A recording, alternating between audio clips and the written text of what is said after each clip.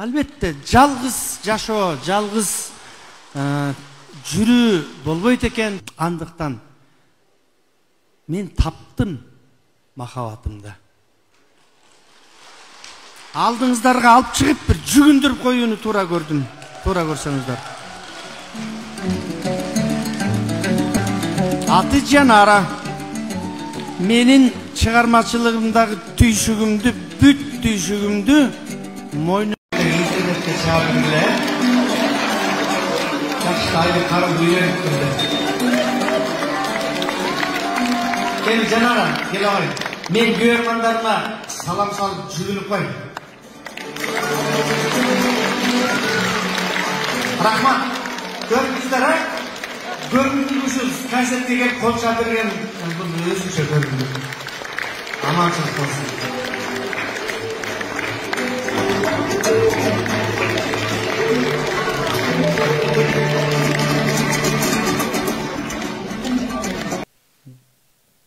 Аялдан өткөн душман жок деген чын. Сага кийин душман болушу мүмкүн депчи.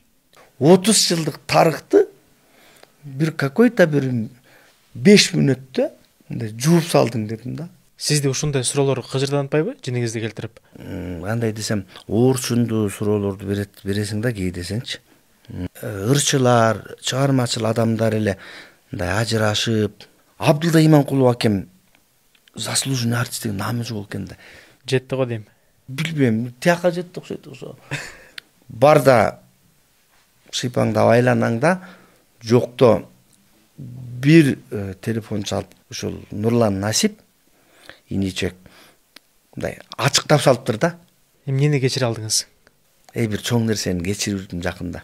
Атаң, инең, бир тууганың болду. Колдогон.